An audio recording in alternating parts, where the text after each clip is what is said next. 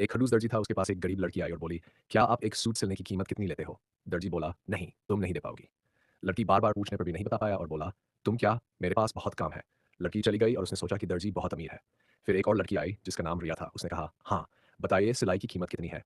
इस ड्रेस को जैसी है वैसे ही बनाना। दर्जी बोला, आपने कहा तो समझो हो गया। रिया ने पूछा, कितना लोगे ड्रेस का?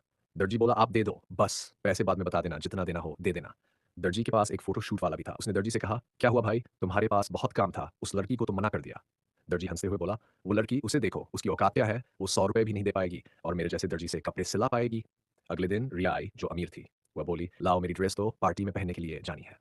दर्जी ने बहुत मेहनत से पैक किया और बोला, लो मैम, इसे आप पहन लीजिए और अगर कोई कमी हो तो बताइए। रिया बोली, लो दो। दर्जी बोला, पैसे? रिया बोली, आपने कहा था कि जो देना होगा बाद में दे देना। अब मेरे पास पैसे नहीं है क्योंकि मैंने अपनी सारी पॉकेट मनी खर्च कर दी है। आप मेरी माँ से ले लेना अगर वो दे दे।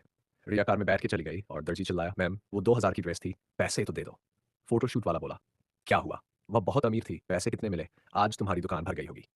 दर्जी गुस्से में बोला, 2000 का चुना लगा के गई है वो और ड्रेस बनाने को बोली, उसमें सारा फैब्रिक मैंने ही लगाया था, वो बस एक टुकड़ा देकर गई थी। फोटोशूट वाला हंसते हुए बोला, जैसे को तैसा। और तभी दर्जी की दुकान का बोर्ड गिरा।